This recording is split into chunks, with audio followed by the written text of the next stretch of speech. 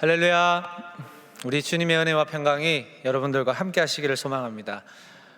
큐티 특별 새벽 기도가 진행 중에 있는데요. 이제 3주차가 지나고 이제 4주차를 이제 시작합니다. 한 달 동안 특세를 하려니까 저도 그렇고 여러분들도 아마 그러시겠지만 뭔가 몽롱하고 또 잠도 부족하고 체력적으로도 약간 힘든 게 좀 사실인 것 같습니다. 그럼에도 불구하고 지금까지 이 기간이 되면 우리 교회는 이 특별 새벽 기도회를 통해서 모든 성도들이 새벽을 깨우고 또 하나님의 말씀을 묵상하고 그 묵상한 말씀을 통해 또 하루를 살아가내려고 몸부림치는 그런 훈련들을 해오고 있습니다. 그러다 보니까 제가 한 가지 확신하게 되는 건 안 하는 것보다는 하는 게 낫다인 겁니다. 안 하는 것보다는 힘들어도 하는 게 낫고 더 유익하다라는 말씀을 좀 드리고 싶습니다. 뭐가 유익할까요? 일단은 습관이겠죠. 습관이 생깁니다. 보통 사람이 어떤 한 가지를 내 몸에 익숙하게 만들기 위해 걸리는 시간이 약 3주간이라고 합니다. 3주간 꾸준히 하면 내 몸에 이제 기억되게 되고 생활화될 수 있다라고 그렇게 이야기를 하거든요.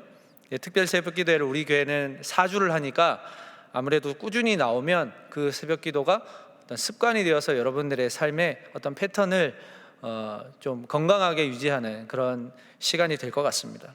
또 뭐가 유익할까요? 매일 4주 동안 새벽을 깨우면서 하나님의 말씀을 묵상한다. 이거 자체로 저는 유익이라고 저는 믿습니다. 사실 새벽을 깨운다는 건 내 귀한 수면의 시간을 일정 부분 포기하고 하나님의 시간에 참여하고 또 하나님으로부터 만족을 얻으려고 하는 그런 영적인 몸부림이거든요. 그런 의미에서 이 4주간의 시간은 엄청난 변화를 맛볼 수 있는 그런 시간이 될 것입니다. 마지막으로 유익한 게 또 한 가지 있겠죠? 새벽이 주는 특별함입니다. 새벽 시간은 어떤 시간입니까? 고요함의 상징이지 않아요? 모두가 잠든 시간, 모두의 활동이 멈춘 시간, 내 의식을 잠시 내려놓고 떠오르는 태양이 주는 밝은 빛을 기다리며 내 삶의 리듬을 준비하는 그런 시간입니다. 그런데 새벽을 깨운다는 건 내 삶의 리듬을 하나님의 말씀에 맞춘다라고 하는 것입니다. 내 삶의 리듬을 하나님의 말씀에 맞춘다는 거예요. 시편 119편 148절에 보니까 시인이 이렇게 말합니다. 주의 말씀을 조용히 읊조리려고 내가 새벽녘에 눈을 떴나이다. 시인은 하나님의 말씀을 자신의 삶의 리듬 최상위에 올려놓고 살아가려고 애를 쓰고 있습니다. 새벽에 하나님의 말씀을 읊조리는 것을 통해서 하루의 삶을 향한 분별력과 판단력을 하나님께로부터 얻고자 하는 그런 시인의 마음을 우리가 느낄 수가 있습니다. 여러분 혹시 해결되지 못한 문제로 인해서 또 힘들어하고 계신다면 여러분들에게 추천합니다. 새벽을 깨워보시기 바랍니다. 새벽을 깨우시고 새벽에 하나님의 말씀을 여러분들의 삶의 리듬의 최상위에 한번 올려놔 보시기 바랍니다. 그러면 하나님께서 서서히 여러분들에게 말씀을 통해서 분별력을 주시고 또 판단력을 또 공급해 주실 줄로 믿습니다. 여러분 예수님께서도 습관을 쫓아서 새벽을 깨우셨다고 말씀하잖아요. 매일 수많은 사역을 하셔야 했던 그 예수님께서도 새벽의 고요함을 적극적으로 이용하셨던 분입니다. 하루의 가장 첫 시간을 통해서 하나님을 만나고 또 하나님이 주시는 뜻과 말씀을 쫓아서 사셨던 분이 바로 우리 예수님이셨어요. 결국 그리스도인은 예수님을 따르는 사람이잖아요.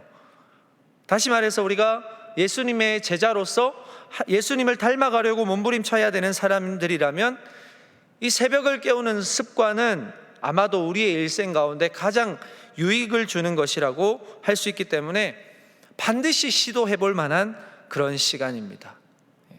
사랑하는 여러분, 여러분을 사랑하는 마음으로 제가 권면을 드립니다. 새벽을 깨워 보시기 바랍니다. 새벽을 깨웁시다. 새벽에 하나님이 도우십니다. 하루의 리듬을 말씀에 맞춰 봅시다. 그러면 놀라운 일이 생길 겁니다. 남은 한 주간 끝까지 한번 새벽을 깨우셔서 가장 위대한 습관을 여러분들 장착을 하셔가지고 새벽 특세 끝난 그 이후에도 여러분들이 자동적으로 눈이 떠져서 하나님의 말씀을 먼저 시작하고 하나님의 말씀이 주시는 그 분별력과 판단력으로 그 하루를 살아내신다면 이전과는 다른 나를 발견하게 되는 그런 여러분들의 삶이 될 것을 믿습니다. 저는 오늘부터 다음 주까지 두 번의 설교를 거쳐서 누가복음 10장의 말씀으로 함께 은혜를 좀 나누고자 합니다. 설교의 제목은 바로 제가 그 제자입니다 라고 정했습니다. 뭔가 좀 비슷하죠? 특세 주제랑 비슷합니다. 제가 바로 그 사람입니다. 분위기를 좀 이어가자는 의미도 있고 제자로서의 삶을 더 치열하게 좀 살아내자라는 그런 결단의 의미도 들어 있습니다. 우리 동안의 청년부는 이 코로나 이후에 2년 만에 농촌 선교 봉사를 지금 계획하고 준비를 하고 있습니다. 이제 각 부서마다 농대장들이 정해졌고 또 농대장을 중심으로 농촌 지역에 가서 그곳에서 예수 그리스도의 복음을 전하고 그곳에서 부족한 일손을 돕고 하나님의 나라를 세워가는 귀한 일들을 감당을 하게 됩니다. 막상 농선봉을 한다고 생각을 하니까 기대도 되지만 이걸 좀 잘 해낼 수 있을까? 이런 좀 걱정도 함께 좀 생기는 게 사실입니다. 저는 4월에 청년부 담당 목사로 부임을 했잖아요. 부임을 하고 나서 곧바로 들려진 얘기가 농선봉 이야기였습니다. 농선봉을 할 수 있을까 없을까 그런 가능 여부를 검토해야 했습니다. 마침 코로나가 한풀 꺾여가는 그런 시기였고 사역들이 하나둘씩 좀 회복되어가는 그런 추세였습니다. 그러다 보니까 청년부 여름 사역의 가장 중요한 부분을 차지하는 이 농촌 선교 봉사의 가능 여부가 관심사였어요. 저 또한 이 농선봉에 대해서 아는 바가 전혀 없었어요. 그래서 자료를 찾아보고 또 농선봉을 하셨던 우리 청년 지체들의 말도 들어보고 또 사역자들과 논의도 하고 또 연합회와 각 부서 임원들과 또 논의도 한 끝에 농선봉을 시행하기로 결정을 했습니다. 사실은 이 머뭇거리다가는 아무것도 할 수 없다는 생각이 좀 들었어요. 그리고 이 농선봉 사역의 핵심은 다름 아닌 선교입니다. 그래서 망설일 이유가 좀 없었어요. 우리가 코로나가 있다고 해도 하나님의 복음이 이 코로나 때문에 멈춰지면 될까? 이런 생각이 들었습니다. 그래서 복음은 코로나도 막지 못하고 하나님께 결단한 이상 하나님께서 지키시고 또 모든 과정 가운데 하나님이 함께 해주실 것이라는 그 믿음으로 시작을 하게 되었습니다. 물론 준비가 간단하지만은 않습니다. 2년 동안 멈춰 있었고 그 사이에 세상을 많이 변해 있었고 리더십도 바뀌어 있고 또 사역자도 많이 바뀌었습니다. 바뀐 게 너무나도 많았기 때문에 할 수 있을까? 괜찮을까? 할 수 있다면 뭘 먼저 해야 될까? 저는 개인적으로 하나님께 묻기 시작했습니다. 물론 지금도 하나님께 묻고 있습니다. 그러나 하나님께서는 제가 기도할 때 단 한 번도 부정적인 생각을 주신 적이 없습니다. 오히려 농선봉에 대한 기대와 소망을 가지도록 하셨습니다. 왜냐? 이 사역은 사람의 사역이 아니라 하나님의 사역이기 때문입니다. 그리고 하나님께서 필요하시기 때문에 우리 동안의 공동체를 통해서 사용하시는 것이라는 그런 확신이 계속해서 들고 있습니다. 2017년도 자료를 보니까요, 이 농촌 선교 봉사의 목적이 있더라고요. 제가 한번 읽어드리겠습니다. 농촌 선교 봉사를 통하여 세상에 하나님 나라를 이루어가기 위하여 섬김을 실천한다. 지역교회를 섬기고 농촌 지역의 사랑을 심음으로 선한 영향력을 끼치고 전도의 문을 연다. 각 부서와 함께 섬김으로 공동체의 하나됨을 이루어간다. 이렇게 세 가지 목적이 있더라고요. 농선봉의 정신은 이 위의 목적에 부합하는 정신으로서 하나님께서 예수 그리스도의 복음을 각 지역에 전하기 위해 동안교회라는 이름으로 우리 청년의 각 부서를 각 지역에 파송하여 섬기도록 한 것입니다. 이해가 되시나요? 예수님께서 하나님 나라를 위해서 우리 동안교회라는 이름으로 1부부터 10부까지의 각 부서를 각 지역으로 파송시키셔서 예수 그리스도의 명령인 선교와 헌신, 섬김, 봉사들을 실천하라고, 그곳에서 하나님의 사랑을 심으라고 우리를 보내주신 것입니다. 그 파송된 곳으로 가서 또 하나님이 원하시는 선교와 봉사를 통해서 또 한 영혼을 만나고 그 영혼에게 복음을 전하고 또 일손을 함께 돕고 섬기면서 그리스도의 사랑을 전하는 일을 하는 것입니다. 그래서 이러한 하나의 목적 안에서 우리 모든 청년들이 연합해서 실천해야 하는 사역이 바로 농촌 선교 봉사라는 것이죠. 자, 그렇다면 우리가 이 일을 준비하고 있는데 이 일을 하기 위해서 가장 선행되어야 하는 게 뭘까? 가장 먼저 장착해야 되는 게 뭘까? 다름 아닌 예수 그리스도의 능력으로 무장되어야 합니다. 자, 사도행전 1장 8절 말씀인데요. 자, 우리 다 같이 한번 한 목소리로 읽어보겠습니다. 오직 성령이 너희에게 임하시면 너희가 권능을 받고 예루살렘과 온 유대와 사마리아와 땅끝까지 이르러 내 증인이 되리라 하시니라. 아멘. 예수 그리스도의 능력으로 무장되어야 한다는 말을 다른 말로 하면 뭘까요? 주님의 권능을 받는 것을 이야기합니다. 권능. 하나님의 일을 감당하기 위해서는 반드시 이 권능을 받아야 됩니다. 그 권능은 성령의 임재를 사모하고 성령의 일하심을 믿는, 인정하는 믿음으로부터 시작이 됩니다. 우리 사역은 내 사역이 아니라, 우리 각 부서의 사역이 아니라, 이건 하나님이 하시는 일을, 하나님의 일을 우리가 통로가 되어 도구가 되어서 하는 사역임을 믿는 믿음을 인정해야 된다는 것입니다. 성령께서 하시는 일에 대해서 저번에 짧게 언급해드렸잖아요. 성령은 어떤 분입니까? 예수 그리스도를 증언하는 일을 하시지 않습니까? 요한복음 15장 26절에서 내가 아버지께로부터 너희에게 보낼 보혜사 곧 아버지께로부터 나오시는 진리의 성령이 오실 때 그가 나를 증언하실 것이요. 우리가 예수 그리스도를 증언하는 비전과 사명을 받았지만 보혜사 성령이 우리와 함께 하시지 않으면 증언하는 예수 그리스도의 이름이 우리로 인하여서 변질될 수 있다라고 하는 것입니다. 신앙생활을 오래 하고 성경에 대해서 잘 안다고 할지라도 그 성령께서 내 안에서 역사하시지 않으시면 그 증언에는 권능이 나오지 않는다는 거예요. 그러므로 우리가 하나님의 사역을 하고자 할 때 반드시 선행되어야 하는 것, 그것은 바로 성령의 능력입니다. 예수 그리스도의 권능으로 지금 내가 무장이 되어 있는가? 그 권능을 무장하기 위해서 나는 지금, 우리 청년 부서들은 지금 간절히 기도하고 있는가? 그런 의미에서 우리가 지금 준비하고 있는 농선봉이 각 부서마다 눈에 보여지는 어떤 행정적인 일들보다도 지금 시급하게 점검해 봐야 되는 건 주님의 능력으로 내가 무장되고 있는가를 점검하는 게 최우선 과제입니다. 마음을 한데 모으고 오로지 시선을 하나님께로 향하고 하나님을 신뢰하는 것, 그것이 바로 우리가 지금 준비해야 되는 농선봉의 가장 첫 번째 자세입니다. 성령으로 충만한 초대교회 그리스도인들이 모두 하나같이 그 하나님의 사역을 위해서 성령의 충만함을 간구했습니다. 그리고 성령의 충만한 그 초대교회 성도들은 어떤 모습이었습니까? 성령에 충만하니까 서로를 배려하고 또 서로를 축복하고 서로의 연약함을 이해하고 덮어주고 그러면서 하나님의 일을 준비해 나갔던 거예요. 성령의 충만함이 없으면 우리는 싸우겠죠. 어쩔 수 없이 우리의 기질이 그러니까.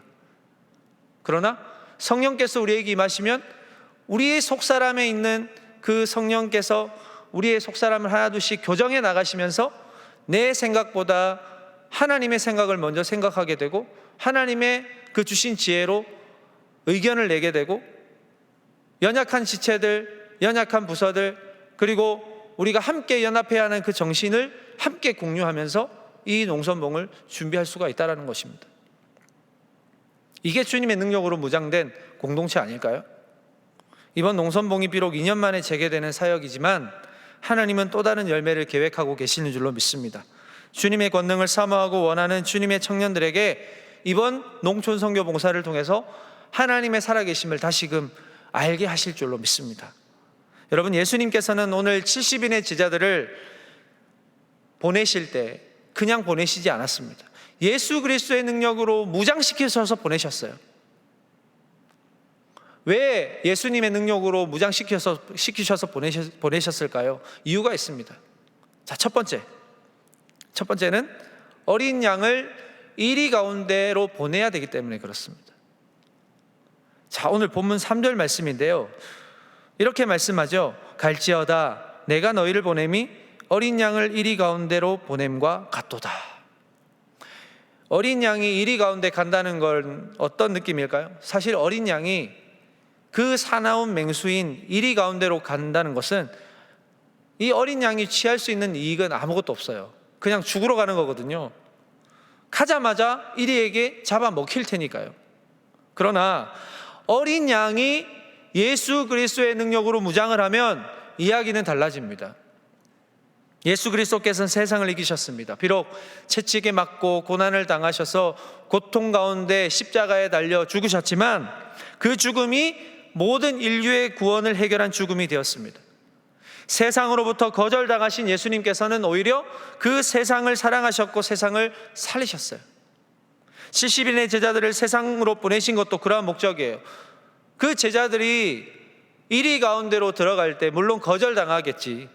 그리고 핍박을 당할지언정 예수 그리스도의 능력이 있기 때문에 그들을 사랑할 수가 있다는 것입니다. 거절이 두려운 게 아니라 그 거절하는 세상을 불쌍히 여기고 더 사랑할 수 있도록 그렇게 하도록 가능한 것이 바로 하나님의 예수 그리스도의 능력으로 무장한 사람의 모습이라는 거예요. 예수님께서는 제자들을 이리 가운데로 보내시는 걸 걱정하셔서 이 얘기를 하신 게 아니에요. 두렵고 어려운 상황 속에서도 역사하실 예수 그리스도의 능력을 경험하게 될 것을 오늘 말씀을 하시는 것입니다. 여러분, 우리의 사역이 이러해야 될 줄로 믿습니다. 우리 동안의 청년의 사역들이 이러해야 될 줄로 믿습니다. 하나님 나라의 사역은 세상 속으로 들어가는 걸 두려워하는 사역이 아닙니다. 오히려 어린 양이 들어갔을 때 군침을 흘리고 잡아먹으려고 했던 그 이리가 도망가는 게 하나님의 역사예요. 양을 본 이리가 군침을 흘리지만 막상 양을 만났을 때 잡아먹지 못하고 꽁무니 빼서 도망치는 것, 그게 하나님의 사역인 것입니다.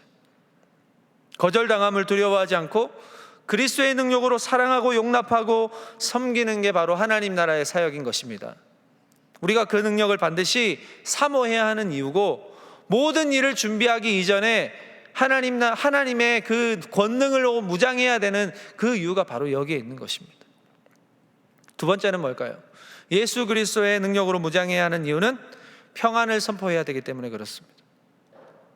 누가복음 10장 5절에 보니까 이렇게 말씀합니다. 어느 집에 들어가든지 먼저 말하되 이 집이 평안할지어다 하라.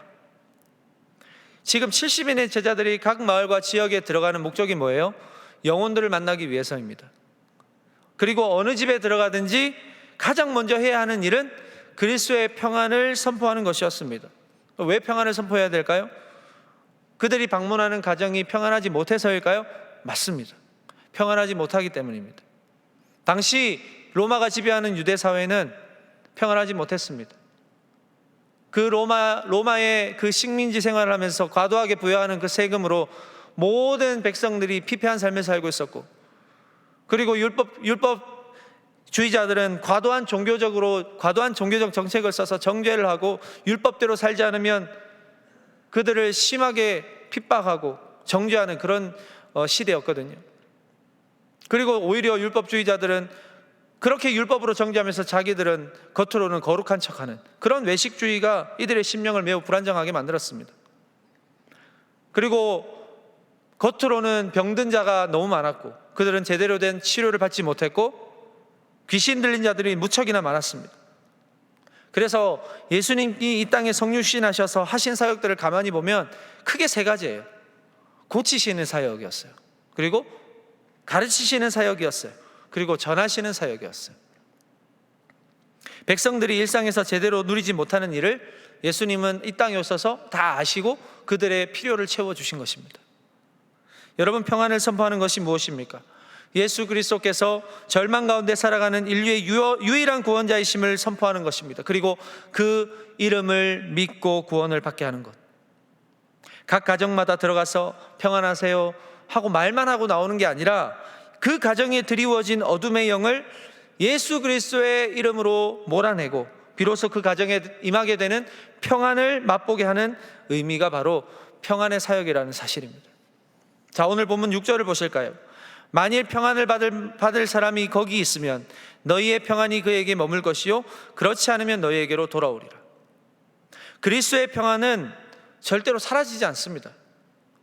평안을 선포하였을 때 그 평안을 받아들이는 자들에게는, 그 사람에게는 평안이 그들에게 머물겠지만 우리가 전한 평안을 그들이 받아들이지 않으면 어떻게 될까요? 그 평안은 그냥 없어질까요? 아니요. 그 평안이 나에게로 돌아옵니다. 평안을 전한 사람에게로 돌아온다는 이야기입니다. 여러분, 우리가 복음을 전할 때 100이면 100 모두가 받아들일까요? 그렇지 않죠. 5명 중에 많으면 1명, 2명일 겁니다. 아예 우리가 전했을 때 받아들이지 않는 사람들이 더 많을 겁니다. 전도해 보시면 아실 거예요. 그러나 여러분, 우리가 절망하지 말아야 될 이유가 무엇일까요? 우리가 전하는 복음은 거절당한다고 해서 없어지는 게 아니라는 겁니다. 우리가 확신을 가지고 전한 복음, 그리스도의 평안, 구원의 소식을 받아들이지 않으면 우리가 전한 그 놀라운 복음의 생명력은 전한 우리에게로 다시 돌아옵니다. 그래서 우리가 전도해야 하는 목적 중에서 중요한 부분이 이거예요. 전도는 남을 살리는 목적이 있기도 하지만 전도는 나 살리는데 귀하게 쓰임받는 게 바로 전도입니다. 예수 그리스도의 복음을 전할 때 처음에는 두렵고 떨리고 어색하고 창피한데 이상하게 여러분 계속해서 전도해 보세요. 전하고 예수 그리스도의 복음을 전하고 평안을 선포하고, 여러분 그러다 보면 이상하게 전할수록 내 심령에 감사가 넘치는 걸 경험하게 됩니다. 평안이 충만하다는 걸 경험하게 돼요. 거절당해도 이상하게 기분 나쁘지 않아요. 오히려 기뻐요. 왜 그럴까요? 한 영혼이 주님께로 돌아오는 것, 그것으로 인해서도 기쁨이 충만하겠지만 거절당할 때도 그 복음의 생명력이 없어지지 않고 나에게로 고스란히 다가오기 때문에 그렇습니다. 그 전도함이 나에게로 다시 돌아오기 때문에 그래요. 여러분, 성경 속에서 많은 사도들이 복음을 전했을 때 그 복음을 들었던 자들이 다 믿고 회개하고 구원을 받았습니까? 아니잖아요. 그 복음의 소식을 오히려 역겨워하고 귀를 막고 돌을 던지고 그런 사람들이 더 많았습니다.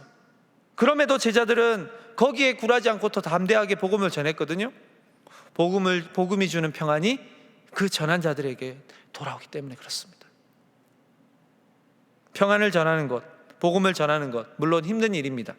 그러나 거절당한다고 복음이 없어지지 않습니다. 어차피 멸망하는 자들에게는 미련한 소리로 들리겠지만 구원을 받은 우리에게는 하나님의 능력이 되는 것, 그게 바로 복음인 줄로 믿으시길 바랍니다.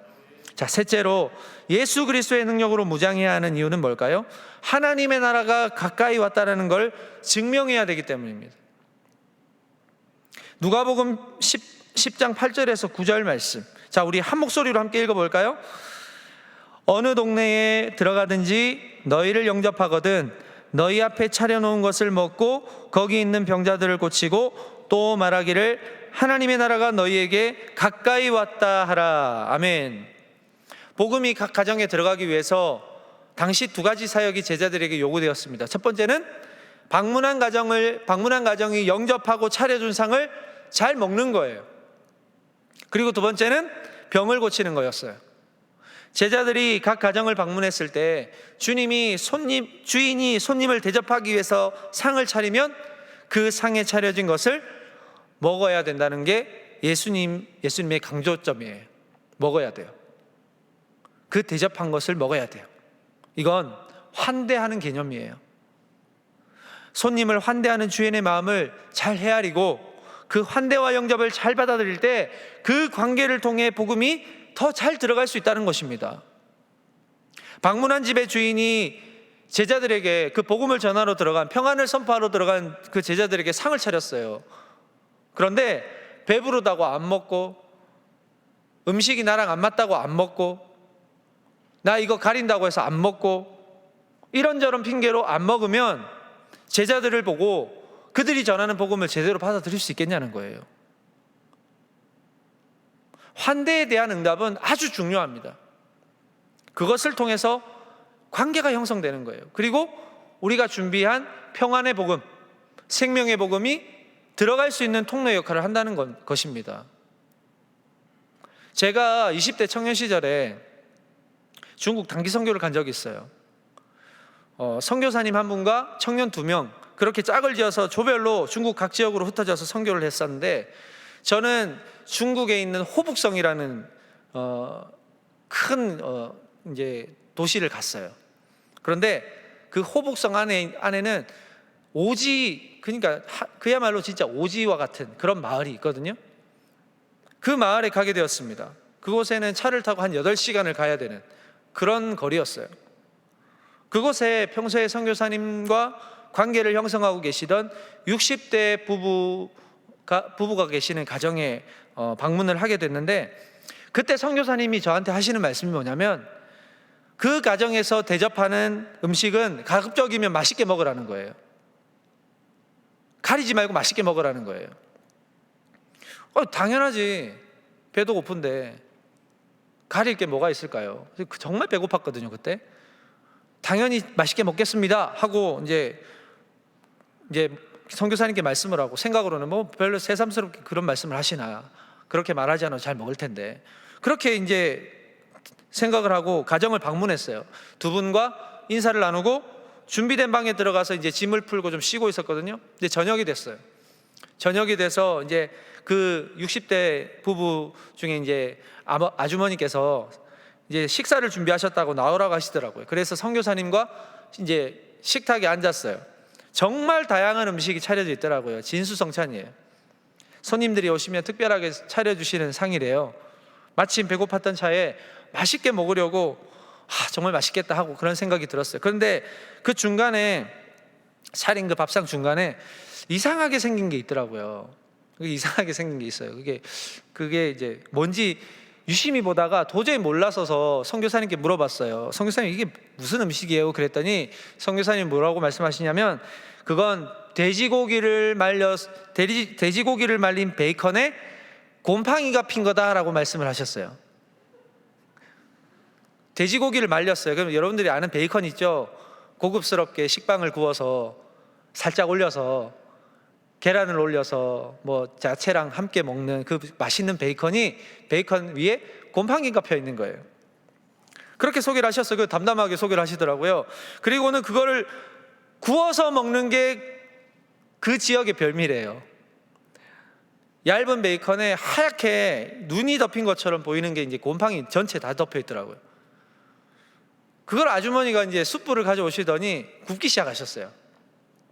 이렇게 굽고 그걸 식탁에 이제 올려놓으시고는 맛있게 먹으라고 말씀을 하시더라고요.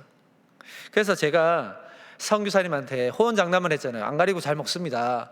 그랬는데 곰팡이가 핀 베이컨을 살짝 보니까 살짝 걱정이 들더라고요. 되게 거부감까지는 아니었는데 되게 멈칫하게 되더라고요. 그래서 이거 어떡하지 하고 있는데, 그때 선교사님이 하신 말씀이 생각났어요. 가급적이면 맛있게 먹어라. 대접해 주신 건 맛있게 먹어야 된다. 그래서 눈을 지끈 감고, 사실 맛있게는 아닌데 먹기 시작했는데, 이게 웬일입니까? 너무 맛있는 거예요. 깜짝 놀랐어요. 너무 맛있는 거예요. 야, 여러분, 그때가요, 제가 거의 20살 군대 제대하고 25살, 6살쯤 됐으니까 거의 뭐 10년 훨씬 넘었잖아요. 아직도 그 맛을 잊지 못하고 있어요. 지금 먹는 베이컨 그 맛이 안 나요. 그래서 일부러 곰팡이를 좀 피워놓고 구워서 먹어볼까 이런 생각도 좀 하는데, 너무 맛있었어요.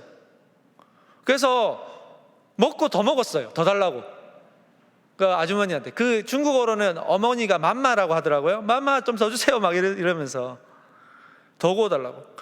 탈도 안 났고요. 지금도 그 맛을 잊을 수가 없어요. 잘 먹으니까 이제 대접하신 그 두 분이 아주 좋아하시더라고요. 그리고 선교사님도 나중에는 잘했다고 칭찬도 해주셨어요. 알고 보니까 그 선교사님께서는 예전부터 지속적으로 그 가정을 방문을 하셨더라고요. 그래서 복음을 전하고 계셨습니다. 근데 그 60대 부부 두 분은 손님으로서는 되게 환대를 잘해 주시는데, 식사도 잘 차려주시고 잠도 재워주시는데, 복음을 전할 때만 그분들이 완강하게 거절을 하셨다더라고요. 그래서 지속적으로 선교사님은 찾아가셨다는 것입니다. 그런데 감사하게도 제가 함께 갔었던 그날 그 밤에 선교사님은 다시 복음을 제시하셨어요. 두 분은 복음을 믿었습니다. 믿고 예수 그리스도를 영접하셨어요. 그 호북성, 그 오지 마을에는 별이 얼마나 떨어지는지요. 하늘에 온통 별이에요. 그 별이 쏟아지는 그 호북성의 그 밤, 그 오지 마을에 하나님 나라가 선포가 된 것입니다. 너무 행복했어요. 그 척박한 중국 땅에 그 가정이 예수님을 영접한 자녀가 되었다는 사실이 너무 감사했습니다. 여러분, 한 사람 한 가정이 예수님을 구주로 영접하는 것이 어쩌면 많은 시간이 걸릴 수도 있습니다.